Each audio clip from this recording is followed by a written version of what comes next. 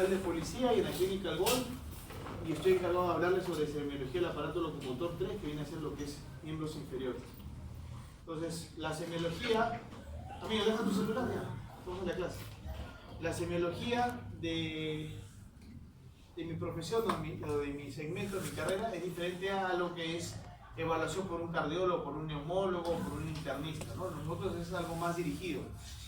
Vamos a hablar de estos segmentos de acá, y en el examen físico empezamos de lo que es una inspección, que es mirar, observar, comparar con la otra extremidad, que normalmente es una extremidad sana que nos sirve de referencia, lo que es palpación, si hay aumento de la temperatura, si hay deformidades o tumoraciones en la extremidad comprometida, evaluar rangos de movimiento, o sea, la movilidad, mediciones tanto en la longitud, para ver si hay una diferencia en la medición de miembros inferiores, o la circunferencia, para evaluar si es que hay algún grado de hipotrofia o atrofia muscular, y en algunos segmentos hacemos incluso maniobras especiales que tienen nombre propio, que nos orientan a descartar alguna patología. Entonces, como ya he dicho, en la inspección hay que ver la longitud de las extremidades, ver si hay algún acortamiento, secular alguna fractura, secular alguna infección o alguna cirugía, ¿no? Deformidades, tanto deformidades de partes blandas o partes óseas, evaluar el alineamiento de las extremidades, si es que hay un buen eje de la extremidad inferior o si es una extremidad que tiene una secuela traumática o simplemente el paciente nació con una tendencia al var o al valgo, ¿no? Asimetría del trofismo muscular, que nos orienta si es que ha habido una hipotrofia muscular. Por ejemplo, un paciente simulador puede llegar a la emergencia y decir, por alguna ganancia secundaria, por un descanso médico, y decir que está con un dolor en la pierna y hace 2 o 3 días que no camina nada, y si uno lo evalúa y evalúa la masa muscular, si es que verdaderamente el paciente está diciendo la verdad, debe haber algún grado de atrofia muscular. Basta que un paciente un día esté echado en la cama o que no apoye la extremidad lesionada, la masa muscular inmediatamente baja. Y eso delata, ¿no? Algunas actitudes o posiciones en las que el paciente llega a la emergencia. A veces el paciente llega en la silla de ruedas o en la camilla con ciertas posiciones que ya son características para ciertas patologías. Palpación, ¿para qué hacemos la palpación? Para ver si hay algún cambio de temperatura, y siempre para eso tenemos el lado contralateral. A veces los aumentos de la temperatura no solamente nos orientan a que hay una infección, sino también todo proceso inflamatorio o toda manipulación quirúrgica deja un aumento de la temperatura posterior en la extremidad intervenida, ¿no? Si es que hay un aumento de volumen, por ejemplo en la rodilla, es muy frecuente evaluar si es que hay líquido o no, que es el signo del témpano positivo, que ahora lo vamos a ver. O, como vimos hoy día en la clase con mis alumnos, puntos dolorosos, por ejemplo alrededor de la rodilla, hay inserciones musculares y tendinosas en la rodilla que tienen que reconocer ustedes porque son fuente de dolor. Con respecto a la cadera, bueno, la anatomía de la articulación de la cadera es una... no tiene ¿no? La articulación de la cadera o la articulación coxofemoral, que está formada por la cabeza del fémur y el acetábulo o el cótilo, ¿no? Y se dan cuenta cómo esta cabeza del húmero entra en coaptación directa, cómo el acetábulo envuelve a la cabeza, y obviamente parte de la estabilidad de esta cadera también lo da el sistema de ligamentos. Y así como conocen la anatomía topográfica, también tienen que conocer la anatomía radiológica, si no, no van a saber de qué estamos evaluando. Por ejemplo, si no saben reconocer lo que es lo normal, no van a saber lo que es lo patológico. Atento, están mirando el suelo. Esta es la articulación de la cadera o la articulación coxofemoral. Esta es la cabeza del fémur, normalmente tiene esta circunferencia lisa, y esta es la parte del acetábulo. Esta prominencia que ven acá es el trocánter mayor, y esta prominencia que ven acá, más discreta, es el trocánter menor. ¿Para qué existen esas prominencias? Es porque en estas zonas de acá se insertan los grupos musculares a través de sus tendones. Es una unidad entre el músculo y el tendón, y lo que se une al hueso es el tendón. Y esos son los encargos. Entonces, este punto de acá y este punto de acá son las zonas de estrés donde los músculos a través de sus tendones le dan movilidad a la articulación. Entonces, esta es una articulación relativamente sana. Cuando hablen de cadera, van a hablar sobre segmentos. Esto de acá le van a hacer seguro una clasificación sobre fracturas intracapsulares y fracturas extracapsulares. ¿Cuáles son las fracturas intracapsulares? Las fracturas que están dentro de la cápsula articular. O sea, hay una bolsa que rodea toda esta articulación, que lubrica esta articulación, que envuelve el acetábulo, la cabeza y parte del cuello del fémur. Entonces, cualquier fractura de cadera que se encuentre en la cabeza o en el cuello es considerada una fractura intracapsular. Y las fracturas extracapsulares son las que están por fuera de la cápsula. Entre ellas, las fracturas del área trocantérica, las fracturas subtrocantéricas, ¿no? Y cada una de ellas tiene un comportamiento distinto y una forma de tratarse diferente, sobre todo cuando hablamos de fracturas intracapsulares y extracapsulares, ¿sí? Eso me imagino que lo van a desarrollar en su clase de cadera. Por ejemplo, un paciente, un adulto mayor que sufre una caída por las escaleras o una caída de su silla y cae sentado, es un trauma de baja energía. Pero esos pacientes adultos mayores son pacientes que probablemente ya tienen algún grado de osteoporosis. Y tan solamente con una caída de baja energía es frecuente encontrar a un paciente con una fractura de cadera. De todas las fracturas de cadera, que ya les he mencionado, de las intracapsulares y las extracapsulares, la más frecuente es la fractura intertrocantérica, que va del trocánter mayor al trocánter menor. ¿Se dan cuenta? Y si se dan cuenta acá, incluso la pierna está cortada, porque la cadera, si yo mido el ángulo entre la cabeza y la diáfisis, casi de 90 grados, ¿no? Entonces, esta es una fractura intertrocantérica, para que la reconozcan en la radiografía. ¿Y cómo llega el paciente a la emergencia? No llega caminando, probablemente no llegue en una silla de ruedas porque no va a tolerar sentarse. Normalmente viene en una camilla y el paciente viene así como lo ven. ¿Se dan cuenta cómo está esta extremidad acortada con respecto a la otra extremidad? Está acortada, está rotada y muchas veces el paciente viene incluso con flexión de la rodilla, o sea, viene en esta posición, ¿ya? Entonces, fracturas de cadera, cuando vean a un paciente llegar un paciente adulto mayor, una caída banal, y vean esta posición que se le conoce como posición impúdica, es una fractura de cadera hasta no demostrar lo contrario. Y está caracterizada por acortamiento de la extremidad, flexión de la rodilla y rotación externa de la extremidad inferior. ¿Ok? Pero, ¿por qué el paciente adopta esa posición? ¿Por qué todos los pacientes? ¿Por qué no adopta lo contrario? Es porque como les había mencionado, sobre la articulación de la cadera o sobre el fémur, cada músculo o cada grupo de músculo ejerce una fuerza de tracción. Cada uno, cuando se rompe el hueso, cada unión músculo-tendinosa comienza a traccionar hacia su fuerza de vectora. Por ejemplo, el músculo del psoas y el músculo ilíaco forman un solo tendón. El tendón del psoas ilíaco, el cual se inserta en el trocánter menor. Los músculos rotadores externos de la cadera, principalmente los abductores, el glúteo medio y el glúteo menor, se insertan en el trocánter mayor. Entonces, este grupo de músculos, los rotadores externos, se encargan de dar la rotación externa de la extremidad inferior. El músculo psoas ilíaco, al traccionar hacia proximal, como ven las flechas, son los que se encargan de darle el acortamiento a la extremidad. Entonces, esta sobretensión muscular obviamente causa dolor en el paciente, ¿no? Han visto, por ejemplo, en las fracturas de cadera que en las camas de los pacientes, que el paciente está acostado en la cama con un sistema de vendas con una tracción, eso se llama tracción de partes blandas, lo han visto en la práctica, ¿no? ¿Qué es lo que busca esa tracción de partes blandas? Es sobrepasar las fuerzas deformantes de cada grupo muscular para mantener la extremidad en tensión con una adecuada rotación y que esto de acá, al no haber un espasmo muscular, no genere dolor. Y si el paciente tiene una mala condición y no llega a operarse por cuestiones médicas, al menos la extremidad está con una adecuada orientación, ¿no? Obviamente, ese sistema de tracción de partes blandas se coloca temporalmente. Idealmente, todo paciente con fractura de cadera, salvo que sea una contraindicación médica, tiene que operarse. Porque si no, un paciente postrado durante 4 o 6 semanas en una camilla, las comorbilidades pueden ser mayores que el riesgo de una cirugía. Si hablamos también de luxaciones traumáticas, las luxaciones traumáticas, cuando hablamos de luxación de cadera, es algo muy diferente. Hasta el grupo etario, el grupo de personas que entran dentro de una luxación de cadera es completamente diferente. Les hablé hace un rato que las fracturas de la cadera normalmente pacientes con trauma de baja energía y pacientes adultos mayores.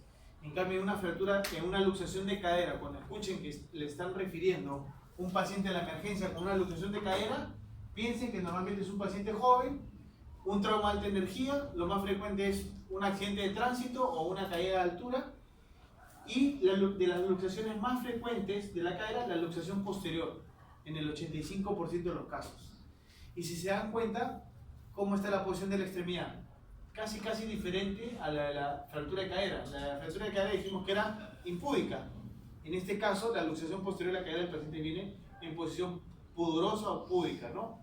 Que viene con una flexión de la cadera, con una aducción, trata de cruzar la pierna hacia el otro lado y rotación interna del miembro inferior, ¿no? Y obviamente hay un acortamiento. Entonces, en el 85% de los casos, cuando hablan de luxación de cadera, es una luxación posterior.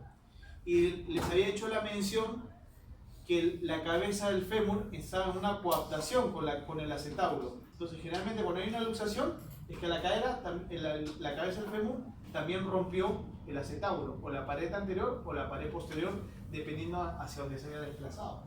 Entonces, por eso le dije que esas luxaciones están relacionadas a trauma de alta efigie. ¿Alguna pregunta hasta acá?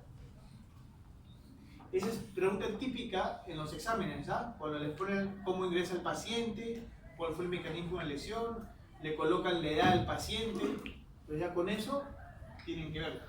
Miren, este es un paciente joven y si se dan cuenta había una pérdida total, la cabeza del fémur perdió el contacto total con el acetábulo en ambas caderas, ¿no? Esto es una luxación bilateral, traumática.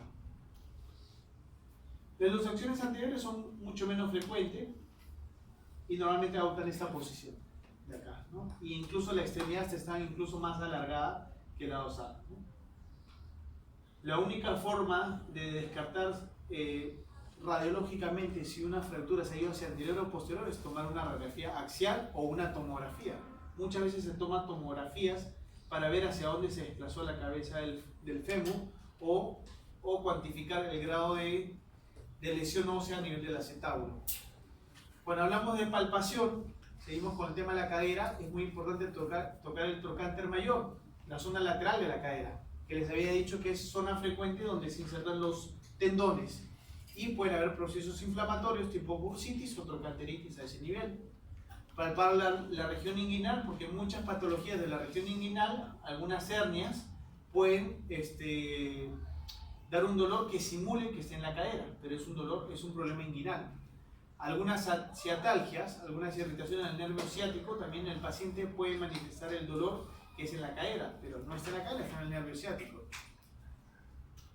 ¿Ok? La movilidad. Estos son los rangos articulares que encontramos en una cadera. La cadera tiene una flexión hasta de 120 grados, una extensión de 30 grados, la abducción de 45, abducción de 40 y tiene una rotación interna y externa. Esto a veces le preguntan en los exámenes. Por ejemplo, ¿cómo se evalúa el rango articular de la cadera? El paciente tiene que estar echado en una camilla, en decúbito dorsal, mirando hacia el techo. También. Siéntate, estás quedándote dormido. Entonces, para evaluar la flexión de la cadera, el paciente está en decúbito dorsal, paciente relajado. Esta línea acá simula el paralelismo con el suelo, con la camilla que está el paciente, y este es el grado de flexión hasta donde puede llegar la cadera, que son 120 grados, ¿no? Obviamente, si les llega un paciente a la emergencia con sospecha de una luxación o sospecha de una fractura, no van a querer evaluar el rango de movimiento, porque le va a doler al paciente, ¿no? El rango de movimiento lo evaluamos generalmente de esos pacientes con dolores crónicos, en los que ya hay una artrosis, y queremos comparar cuál es el grado de limitación que tiene de esa cadera con la otra, porque de acuerdo a eso hacemos escalas de evaluación, ponemos puntaje y podemos definir cuándo un paciente ya puede ser un candidato para una prótesis o no, ¿no? Entonces, esto de la evaluación del examen físico obviamente no es para casos agudos, no es para pacientes con sospecha de luxación o de fractura de cadera, ¿no? La abducción, si partimos que el centro de la cadera es la zona media, si abrimos la cadera hacia afuera, eso da una abducción, y si llevamos la cadera hacia adentro de la línea media, es una abducción. Entonces la abducción puede ser hasta 45 grados y la abducción puede ser de 30 grados. Si queremos evaluar el grado de rotación interna y externa de la cadera, lo hacemos siempre con la flexión de la rodilla. Flexionamos la rodilla y hacemos esta maniobra de rotación interna. Normalmente la rotación interna puede ser de 40 grados y la rotación externa hacemos como que el paciente haga como una figura de un 4. Cuando el paciente llega a hacer una figura de un 4, como en este caso, la rotación externa es de 45 grados, ¿no? Y eso es para comparar siempre la extremidad sana con la afectada. Algunas maniobras especiales que se pueden hacer con nombre propio a nivel de la cadera, en pacientes, en la maniobra de Trendelenburg, que son en pacientes que tienen o una lesión neurológica o alguna insuficiencia muscular posterior a una cirugía o alguna para deportiva, y las maniobras de Barlow y Ortolani, que lo hacemos en pacientes pediátricos, ¿no? Por ejemplo, en este caso, la maniobra de Trendelenburg, que evalúa básicamente la potencia de los músculos abductores. Y el principal músculo abductor de la cadera es el glúteo medio. Eso también le pueden preguntar al examen. El examinador está en la parte, mirando de atrás al paciente y hace que el paciente se pare sobre una de sus extremidades. Esta figura corresponde a esta. Si el paciente tiene un buen glúteo medio sobre la pierna con la cual se está parando el paciente y la cual se está evaluando, miren cómo es el glúteo medio, tenso. Entonces la cadera del lado contralateral hasta puede ascender, o se mantiene o ligeramente asciende el lado contralateral. Quiere decir que esta maniobra de Trendelenburg es negativa, el glúteo medio está funcionando muy bien. Pero si en otro paciente le hacen que se pare sobre el lado derecho y ven que la cadera contralateral cae, como es este caso, miren cómo cae, miren cómo está la fibra del glúteo medio, se ven que están laxas. Eso representa que no tienen una fuerza abductora potente del glúteo medio y por eso la extremidad cae. Esto puede ser un paciente que pueda tener una hernia discal o algún fenómeno compresivo neurológico que le llevó a una insuficiencia muscular o una hipotrofia muscular severa del glúteo medio. Esa es la maniobra de Trendelenburg. En pacientes con enfermedad luxante de cadera también hay ciertas maniobras con nombre propio. Esto me imagino que lo van a llevar en una clase, creo que tiene una clase que es enfermedad luxante de cadera, ¿no? Pero el concepto es que mientras más precoz ustedes diagnostiquen a un niño, a un neonato que tiene una enfermedad luxante de cadera, más fácil es el tratamiento, menos invasivo y el paciente puede recuperarse más pronto, ¿ok? El despistaje, el descartar inicialmente si es que hay o no la sospecha de esta displasia o esta enfermedad luxante de cadera, le corresponde al pediatra. Y si el pediatra tiene la sospecha, inmediatamente lo envía con el traumatólogo pediatra, ¿ok? Y el test que más se utiliza para descartar eso es el test de Barlow y Ortolani, ¿no? Obviamente también se puede pedir radiografías y ecografías. Entonces, en las maniobras especiales que se hacen en pacientes neonatos en cadera están estas dos, la maniobra de Ortolani y la maniobra de Barlow. Como concepto, si el paciente tiene una enfermedad luxante de cadera o una displasia de cadera y la extremidad inferior está en abducción o está en la línea media, generalmente la cabeza se encuentra fuera del acetábulo, ¿se dan cuenta? Entonces, la maniobra de Ortolani parte con la extremidad inferior pegada en la línea media y normalmente la cabeza del fémur está por fuera, está luxada, y al hacer la maniobra de abducción, lo que hacen es reducir. O sea, recolocan la cabeza del fémur dentro del acetábulo e incluso puede hacer un crujido, un sonido. Esa es la maniobra de Ortolani. Entonces la maniobra de Ortolani empieza desde la aducción con la cadera luxada y hace la abducción y la cadera automáticamente se reduce. En la maniobra de Barlow hace lo contrario, parte con la cadera ya en abducción, que se supone que es la posición más estable de la cadera en pacientes con displasia de cadera, y al llevarlo hacia la aducción, lo que hace es luxarla.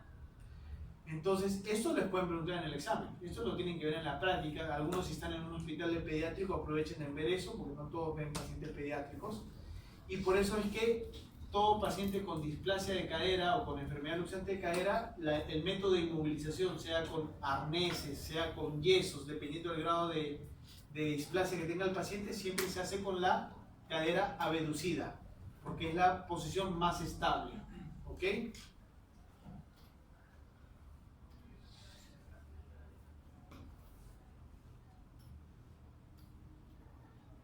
Si empezamos a evaluar el tema de la rodilla, la inspección, les había dicho, ¿qué diferencia ven entre estas dos extremidades?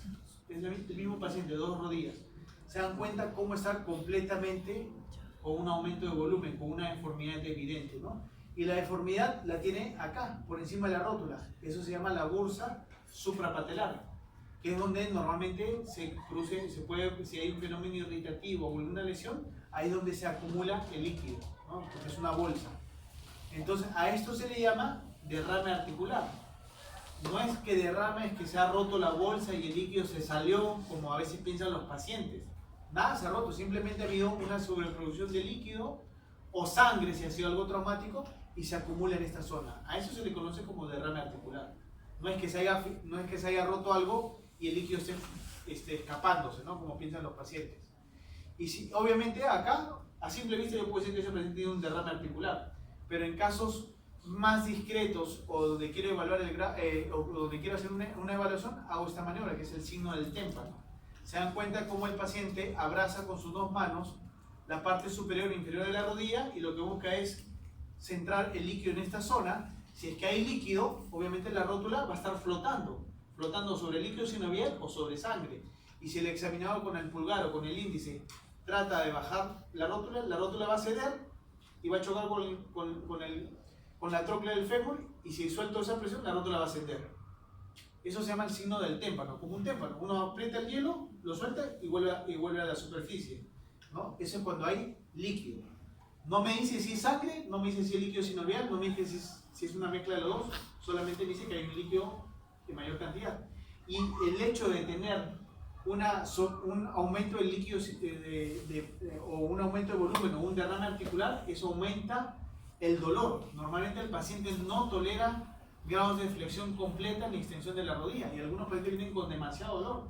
Y la única forma de tratar a esos pacientes no es solamente no es darle un analgésico, no es que se aplique hielo, hay que hacer una evacuación de ese líquido.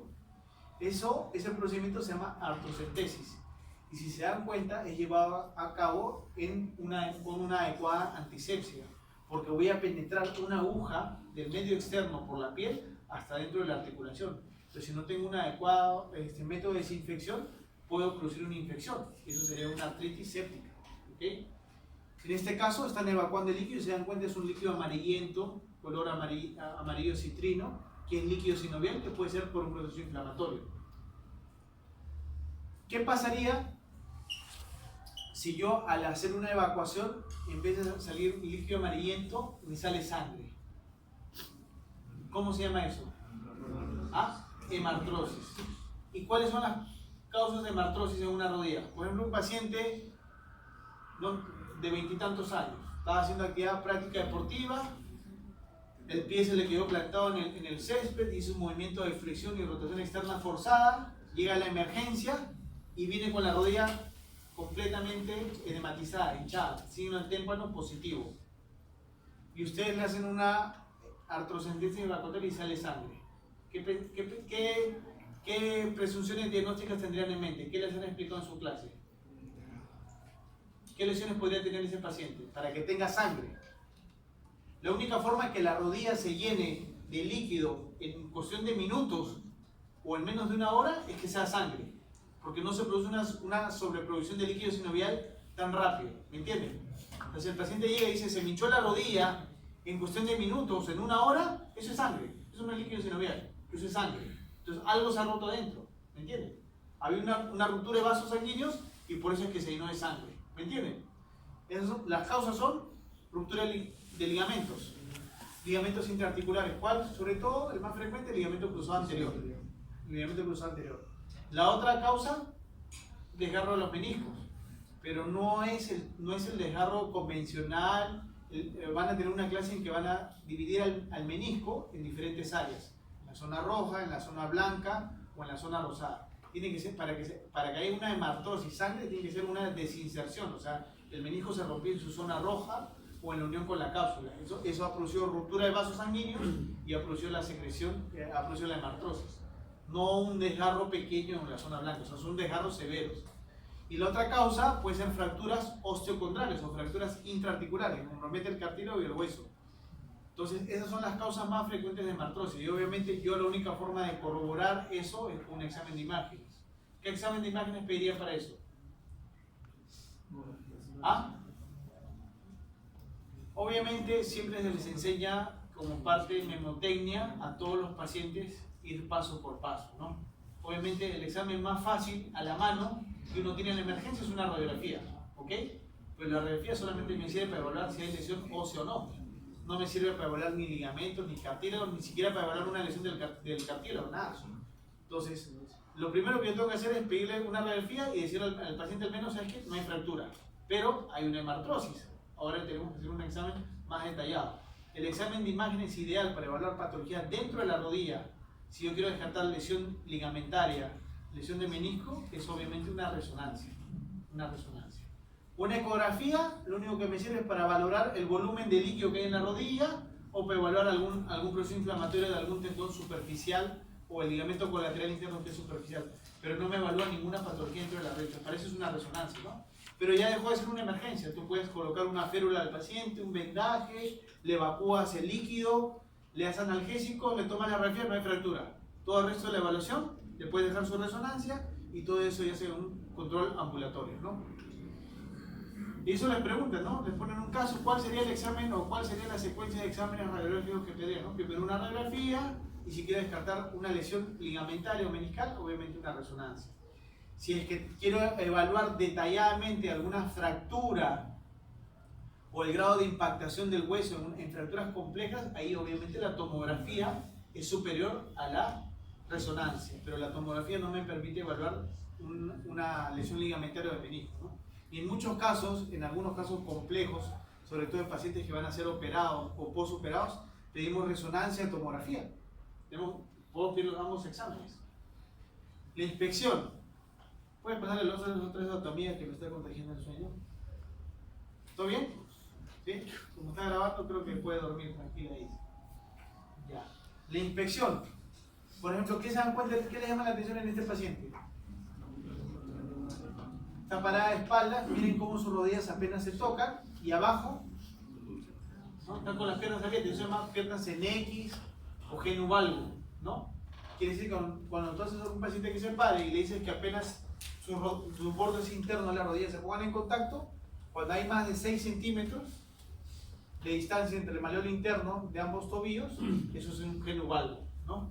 Y eso lo estoy viendo simplemente a la visión, pero no puedo determinar exactamente cuánto grado de valgo tiene. Normalmente todos nosotros tenemos un valgo fisiológico en la extremidad inferior que son de 6 grados, eso es lo usual. Pero la única forma de yo determinar cuántos grados, cuánto se ha excedido para poder clasificar si es un valgo leve, moderado, severo, es por una teleradiografía. Que si se dan cuenta es una radiografía que va desde la pelvis hasta el tobillo. El paciente está parado. Me sirve para medir la longitud de las extremidades y me sirve para hacer mis trazados en el eje mecánico del fémur, en el eje mecánico de la tibia y ver cuánto de grados de valgo tengo. Sobre todo si voy a hacer un tratamiento quirúrgico que es corregir este mal alineamiento, solamente lo hago a través de cirugía y es a través de corte, se llama osteotomía, cortar y realinear el hueso. ¿Y cuántos grados tengo que yo que corregir eso? Eso lo hago con una planificación preoperatoria. Para eso es importante esa teleradiografía. La rodilla también tiene sus rangos articulares que va desde la extensión, o sea que cuando el paciente extiende por completo la rodilla, no son 180 grados, son 0 grados de extensión. Si el paciente no extiende por completo la rodilla y tiene ligeramente flexo, son menos 10, menos 20, menos 30 grados. Pero la extensión completa es 0 grados. ¿Okay? ¿Se acuerdan que les hablé también del tema de las mediciones?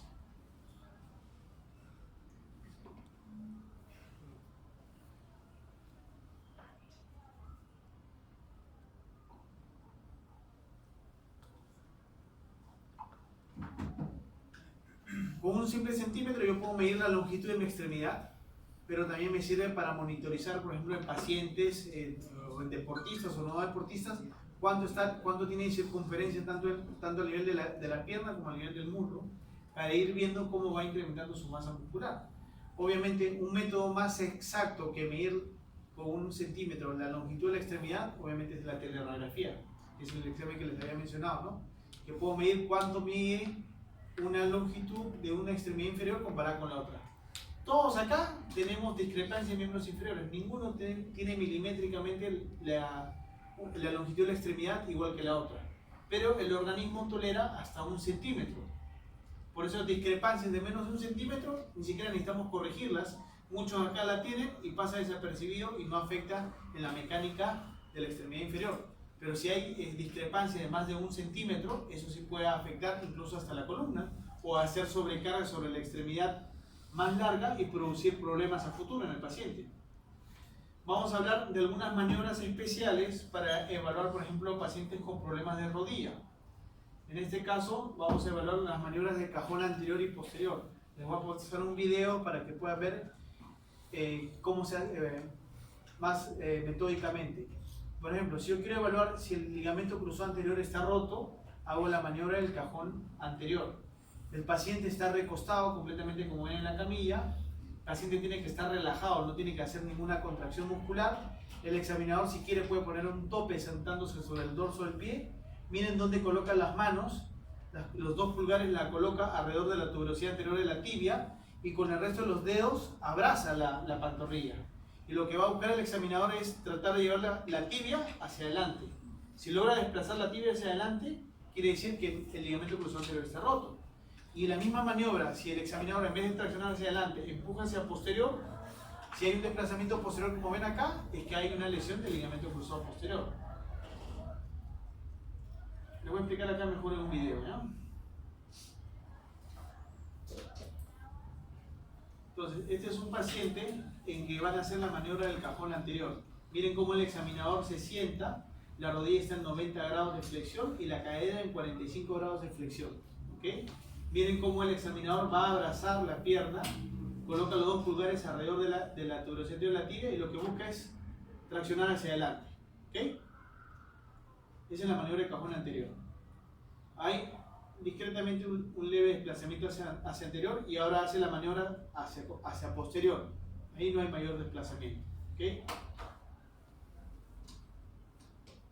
Ahora van a ver un video en donde primero van a hacer cada maniobra y van a ver primero lo que es lo fisiológico o lo normal y después lo que es lo patológico. ¿Okay? Prueba de cajón anterior. Lo normal. Ahí está haciendo un cajón posterior, no se desplaza, pero un cajón anterior. Ahora miren cómo hace la misma maniobra, miren cómo se desplaza la tibia hacia adelante, ¿ven? ¿Se dan cuenta? Es el cajón anterior positivo. Cajón posterior patológico. Miren, empuja la tibia hacia atrás, ¿ves? Miren, ¿ven cómo se desplaza? Es que no hay el tope posterior, que es el ligamento cruzado posterior. Maniobra del Lachman, que también se utiliza para el cruzado anterior. Miren lo patológico, miren cómo se desplaza la tibia hacia anterior. Miren cómo hace ese juego. Es el maniobra del Lachman positivo.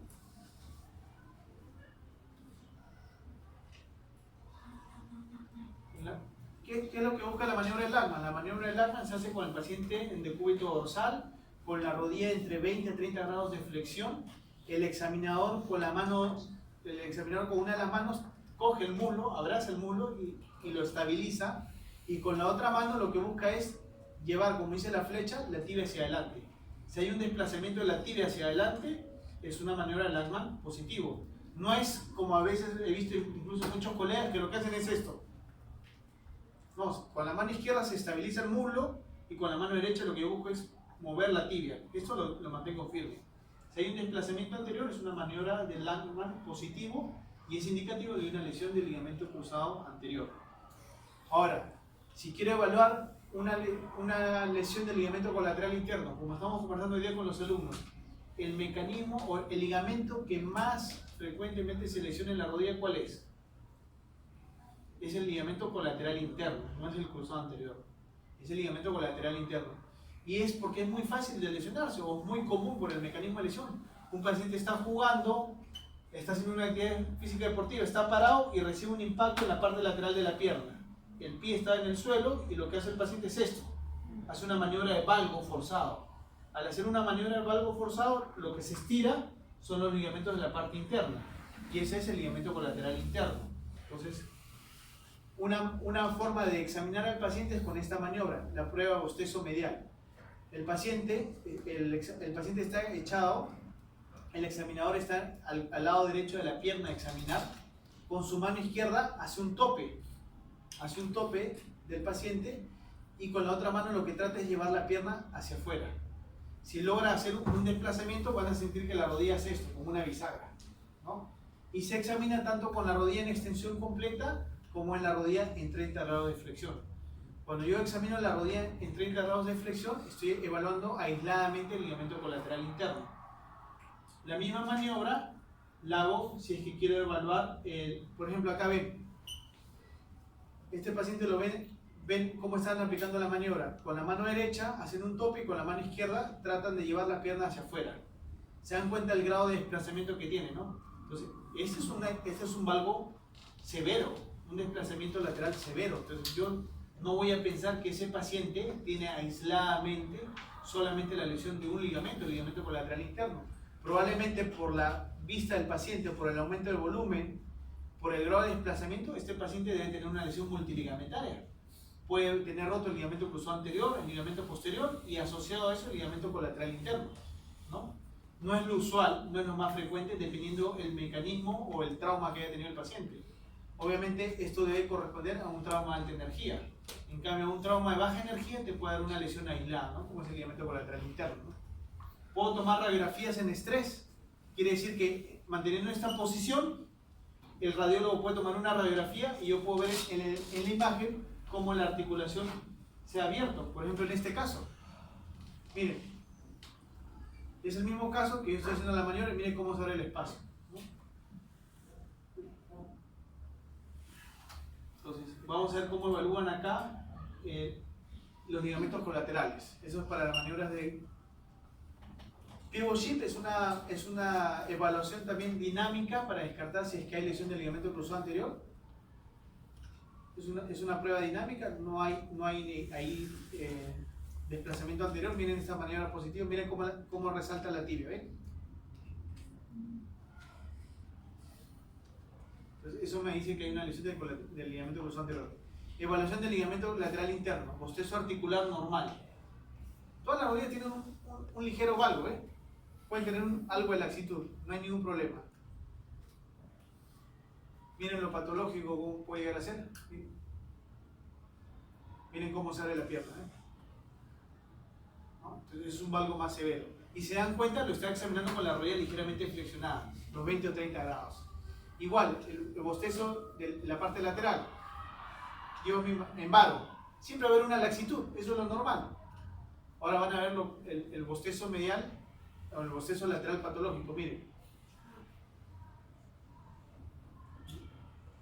Esa es la diferencia.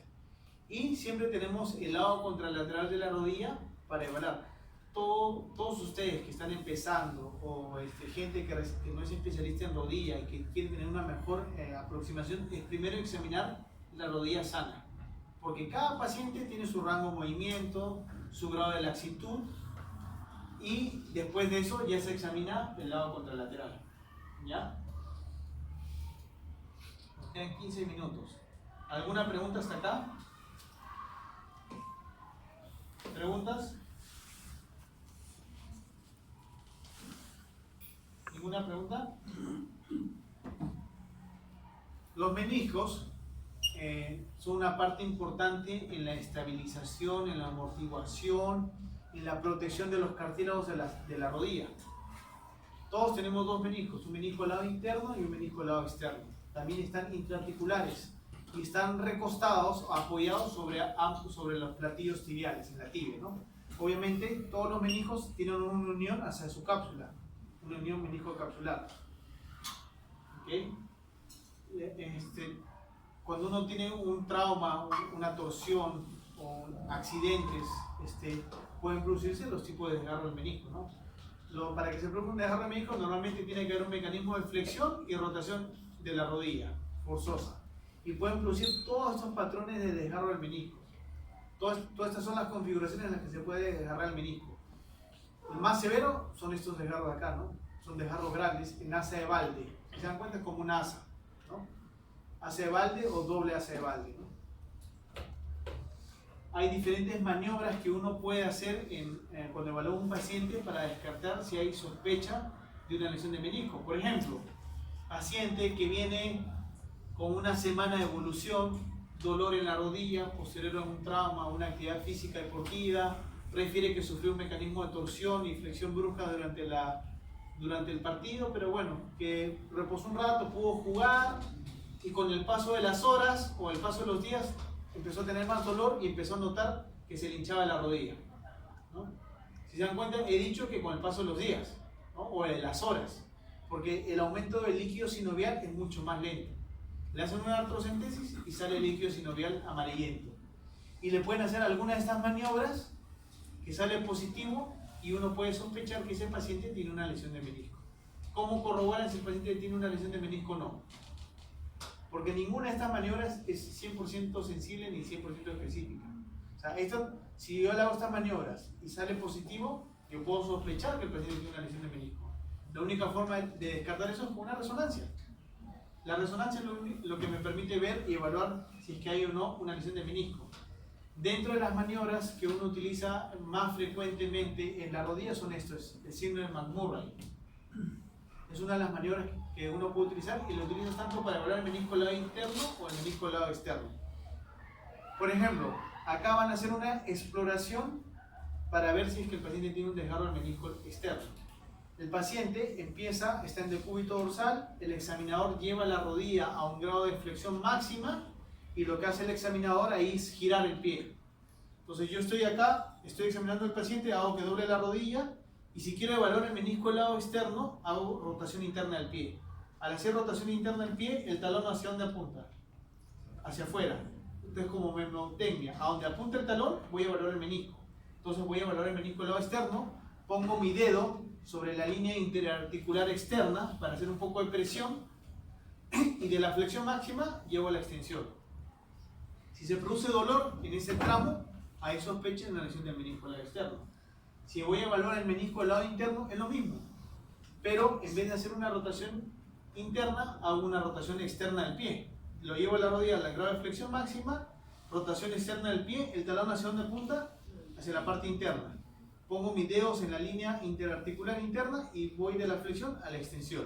Si se produce dolor, hay sospecha de un desgarro del menisco del lado interno. Y acá hay un par de videos. Miren, acá tienen al examinador, miren cómo tiene la rodilla en flexión máxima, está haciendo una rotación interna del pie derecho, con lo cual, ¿qué quiere decir? Que el talón apunta hacia afuera. O sea, está examinando el menisco del lado externo. Pone sus dedos sobre la línea articular externa, donde está el menisco del lado externo, y de la flexión lo lleva hacia la extensión. Incluso puede hacer un poquito de valgo para apretar ese espacio. Si hay dolor, hay sospecha del desgarro del menisco del lado externo. Es el signo de McMurray. ¿Okay? Y lo puedo repetir varias veces si me queda duda, no es que lo haga una sola vez.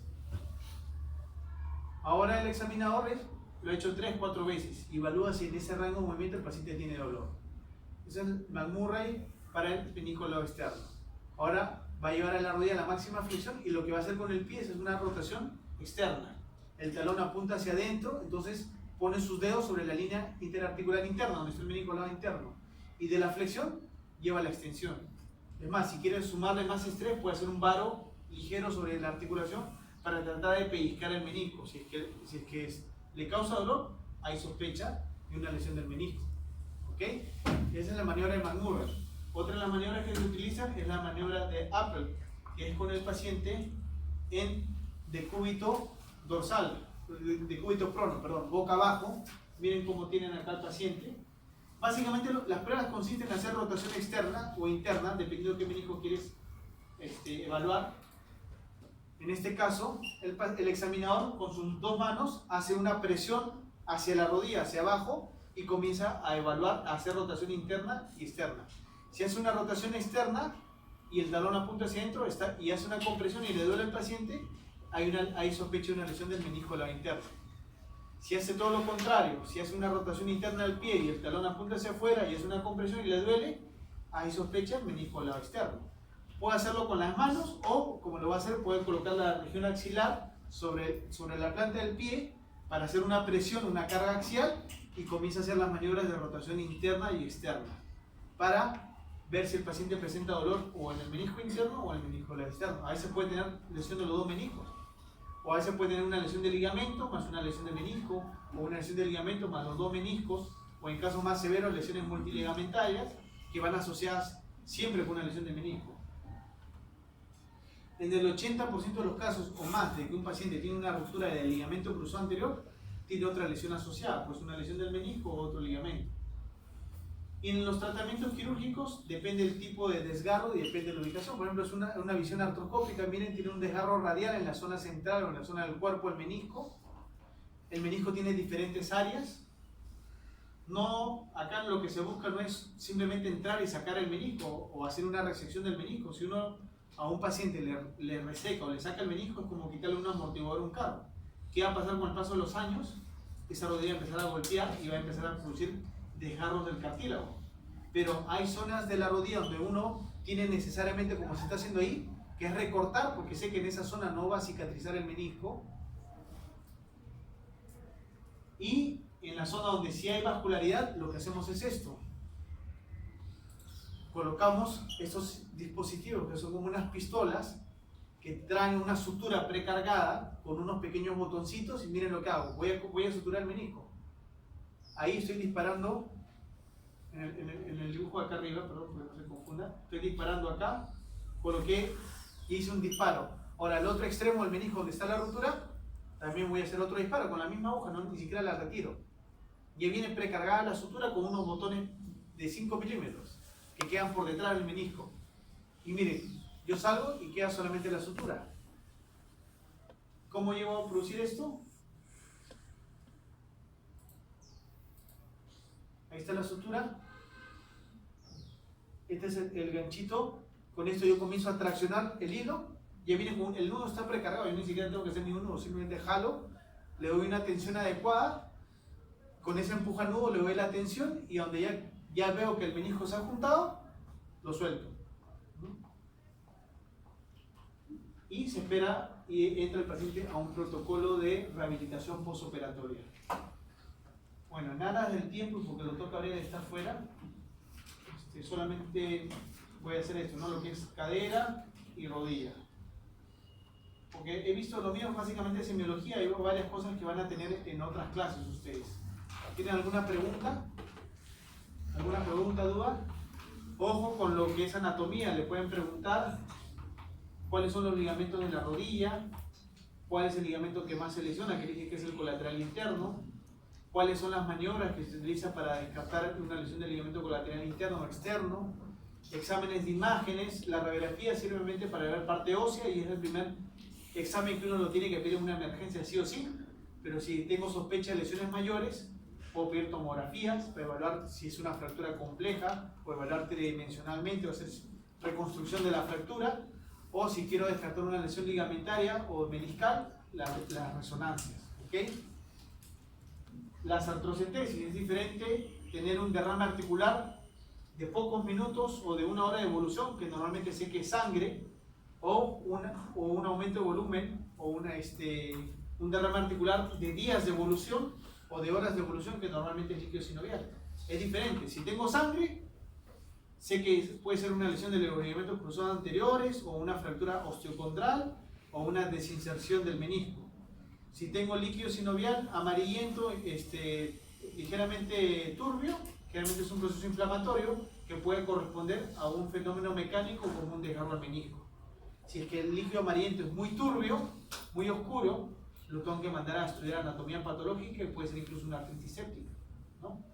O si veo que es pus lo que estoy sacando, obviamente eso ya te da el diagnóstico, ¿no? La artrocentesis, evacuar el líquido, me sirve para varias cosas. Número uno, para quitarle el dolor al paciente, porque le voy a quitar la presión, la distensión de la bolsa con sus fibras sensitivas. Al quitar el exceso de líquido, le va a calmar el dolor al paciente. ¿Sí? Y además ese líquido que le retiro, puedo mandarlo a estudiar si es que tengo sospecha que es una enfermedad inflamatoria, una enfermedad por depósito de cristales, o si es una infección. Es diagnóstica y terapéutica a la vez, ¿no? ¿Dudas, preguntas? De las preguntas que voy a mandar es básicamente las donde he mencionado ahorita, ¿no? Temas de semiología, rangos articulares, sobre todo de cadera, rodilla. Algunos exámenes les puedo poner ejemplos.